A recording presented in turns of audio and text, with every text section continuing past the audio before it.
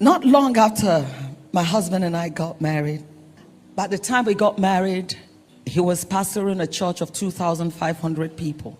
And not long after that, he took ill. For weeks, doctors carried out tests. They ran different type of tests and they found nothing. We were living in the city of Ibadan. And our father in the gospel, Reverend George Adegboye, asked that he be withdrawn and brought to Ilorin to rest, because the doctors said it was psychosomatic and there wasn't anything they could do further than they've done. But this man was very, very sick. He could barely talk at some point, emaciating. And we went to this place. A hotel was booked and we were staying in that hotel.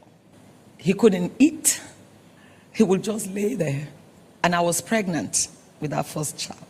I didn't know what to do. But I knew there was a God. I knew that we serve a living God.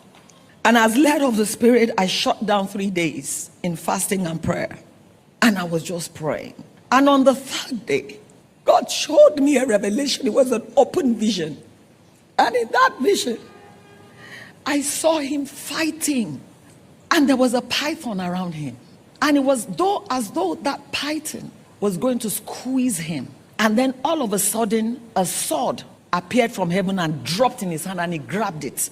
And he pulled that sword. A hand came from heaven and put hand on his hand and thrust it on the head of the python. And the python died. And then he got off. Ladies and gentlemen, that was the day that the victory was won. That was the day that the victory was won. And that day, he slept like a baby. And when he woke up the next morning, I told him what I'd seen. And we just went into praise. And that next day was the first time that he could finish a cup of pap. And the rest is history.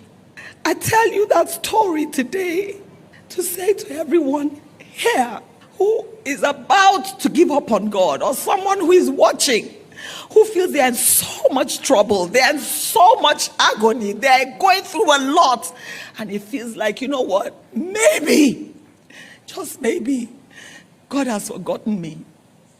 He hasn't.